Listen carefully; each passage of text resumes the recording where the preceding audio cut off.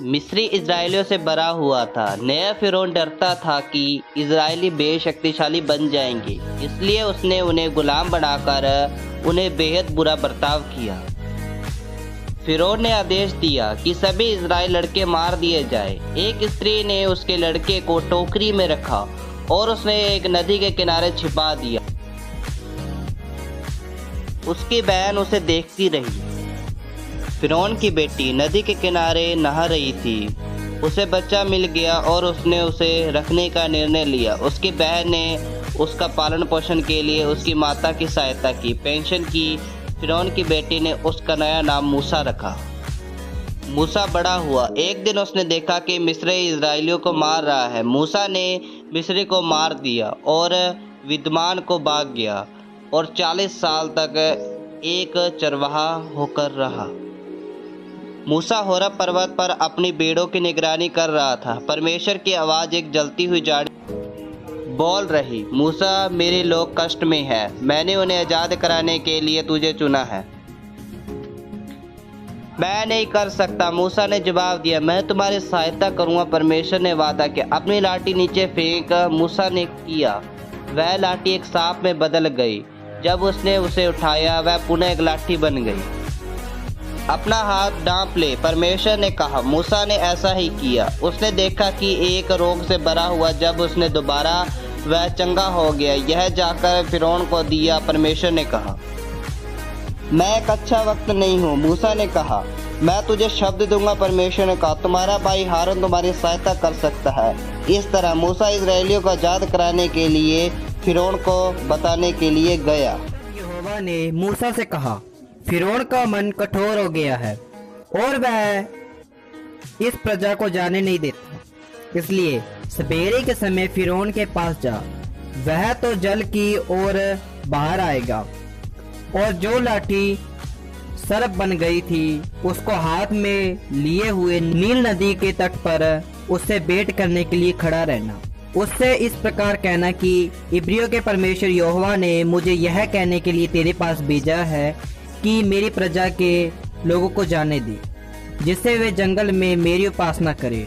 और अब तक तूने मेरा कहना नहीं माना। यहोवा यूं कहता है, इससे तू जान लेगा कि मैं ही परमेश्वर हूँ। देख, मैं अपने हाथ की लाठी को नील नदी के जल पर मारूंगा और जल लहू बन जाएगा, और जो मछलियाँ नील नदी में हैं वे मर जाएगी और नील नदी बसाने लगेगी और नदी का पानी पीने योग्य के लिए मिस्रियों का जी न चाहेगा। फिर यहोवा ने मूसा से कहा, हारून से कह कि लाठी को लेकर मिस्र देश में जितना जल है, अर्थात उसकी नदियां, नहरें, झीलें और पोखरे सब के ऊपर अपना हाथ चढ़ा कि उनका जल लहू बन जाए। और सारे मिस्र देश में लाठी और पत्थर दोनों भांति के जलपात्रों में लहू ही लहू हो जाएगा। तब मूसा और हारून ने यहोवा की प्रजा के अनुसार किया, अर्थात उसने लाठी को उठाकर फिरौन और उसके कर्मचारियों को देखते नील नदी के जल पर मारा और नदी का सब जल लहू बन गया और नील नदी में जो मछलियां थी वह मर गई और नदी से दुर्गंध आने लगी और मिस्र लोग नदी का पानी न पी सके और सारे मिस्र देश में लहू हो गया। तब मिस्र के जादूगर ने भी अपने मंत्रों से वैसा ही किया।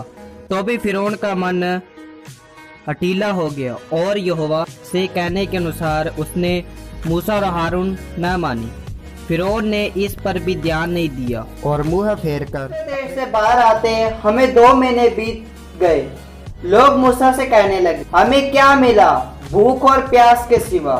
हमारे परिवार के लिए हमारे पास ना तो पानी है ना तो खाना है। वो हमें यहाँ मरने के लिए नहीं लाए।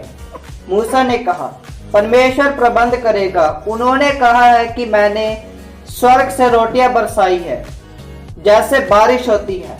परमेश्वर ने आकाश से मन्ना बरसाया। सभी अपने लिए मन्ना इकट्ठा करें, पर एक दिन से ज्यादा नहीं, क्योंकि यह परमेश्वर की आज्ञा है।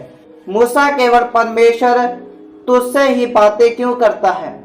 वह हमारे भी परमेश्वर है। वह लोग सीने पर्वत पर जाने के लिए निकल पड़े। हमें कैसे पता है कि वह हमें कहाँ ले जा रहा है? लोग कहने लगे, ये बात इज़राइल की संतान को बताओ कि तुमने देखा कि मैंने मिस्र में क्या किया, और तुम जानते हो कि मैं तुम्हें यहाँ कैसे लाया। जैसे चील अपने बच्चों को अपने पंखों पर बैठाता है, अगर तुम मेरे आदेश मानोगे और मेरे साक्षी पत्र का पालन करोगे तो तुम मेरे विशेष लोग बनोगे संसार के समस्त लोग में से, क्योंकि सारा संसार मेरा है, और तुम मेरे लिए एक पवित्र राष्ट्र बनोगे। ये परमेश्वर के वचन है। मूसा ने कहा कि क्या आप लोग सहमत हैं? आप साक्षी पत्र रखोगे, जानो कि वह अपना करार लोगों के साथ रखोगे। लोगों ने कहा कि हम वो सब करेंगे जो परमेश्वर ने कहा है। तब मूसा ने कहा कि सब तैयारी करो, परमेश्वर ने मुझे आज्ञा दी है, आज और कल अपने वस्त्र धो लो और तीसरे दिन तैयार रहना, क्योंकि तीसरे दिन परमेश्वर सीने पर्वत पर उतर आएगा सभी लोगों के सामने। सभी लोग खुश होने लगे। याद रखना, प्रभु ने यह नियम हमें पवित्र दिन के लिए दिए, क्योंकि कोई भी पर्वत के नजदीक नहीं जाएगा और ना उसे छुएगा। तब अचानक आसमान काला हो गया और परमेश्वर पर्वत पर उतरा। सभी डरकर नीचे झुक गए। मैं तुम्हारा परमेश्वर हूँ, मैं तुम्हें मिस्र देश से बाहर लाया और उनकी दासता से मुक्त किया। तुम्हें मेरे अतिरिक्त किसी भी देवता को नहीं मानना चाहिए। किसी भी ऐसी चीज को आकृति मत बनाना जो ऊपर आकाश या पृथ्वी के नीचे पानी में है। मूसा ने कहा, सुनो, प्रभु हमें अपने नियम दे रहे हैं। मूसा, आप हमसे बात करेंगे तो हम सुनेंगे, पर परमेश्वर को हमसे बात न करने दे, नहीं तो हम मर जाएंगे। लोग कहने लगे। तब मूसा ने एक वेदी बनाई। परमेश्वर ने मुझे पर्वत की चोटी पर बुलाया है आज्ञा प्राप्त करने के लिए। यहोशू मेरे साथ जाएगा, हारून मेरे आने तक तुम इनके नेता हो। लोग कहने लगे, 40 दिन हो गए, अभी तक कोई खबर नहीं। हमें ये पता नहीं कि मूसा वापस आएगा भी या नहीं। लगता है कि परमेश्वर हमको भूल गए। हम अपना देवता खुद बनाएंगे, जिनको हम देख सकते हैं, छू सकते हैं और महसूस कर सकते हैं। तब लोगों ने एक सोने का बछड़ा बनाया। तब मूसा पहाड़ पर पहुंचा और परमेश्वर ने उसे जलती झाड़ी के रूप में दर्शन दिया। मैं तुम्हारा परमेश्वर यहोवा हूँ, मैं तुम्हें मिस्र देश से बाहर लाया। तुम्हें मेरे सिवा किसी भी देवता को नहीं मानना, किसी भी चीज की आकृति न बनाना, किसी भी देवता को नहीं मानना, किसी भी चीज की आकृति मत बनाना। तुम्हारे परमेश्वर यहोवा के नाम का उपयोग तुम्हें गलत ढंग से नहीं करना चाहिए। यदि कोई यहोवा के नाम का उपयोग गलत करे तो उसे सजा मिलेगी। सप्त के दिन को विशेष मानना और इसे पवित्र रखना। 6 दिन तुम कार्य करना, लेकिन 7वां दिन तुम्हारे परमेश्वर यहोवा का दिन है, इसलिए तुम विश्राम करना। अपने माता पिता का आज्ञा करना, हत्या मत करो, अपने जीवन साथी के साथ विश्वास से रहो, चोरी मत करो, दूसरों के बारे में झूठ मत बोलो, दूसरे लोगों की चीज लेने की इच्छा नहीं करनी चाहिए, पड़ोसी के घर की कुछ भी वस्तु को लेने की इच्छा नहीं रखनी चाहिए। परमेश्वर ने कहा, जल्दी से पर्वत नीचे उतरो। तुम्हारे लोग जिनको मिस्र देश से बाहर निकाला, उन्होंने अपने आप को भ्रष्ट कर लिया। अब तुम मुझे अकेला छोड़, ताकि मेरा क्रोध उनको नष्ट कर दे। इसके बाद मैं तुम्हें एक महान राष्ट्र बनाऊंगा। मूसा पहाड़ से नीचे उतरा। मूसा ने कहा, मूर्ति पूजको, हारून, क्या किया इन लोगों? मैंने परमेश्वर से विनती की है कि वह अपने लोगों का नाश ना करे, पर देखो तुमने अपने आप के साथ क्या किया। हारून मूसा के पास आया। अब जो भी परमेश्वर के पक्ष में है वह मेरे पास आ जाए। हारून ने परमेश्वर से माफी मांगी।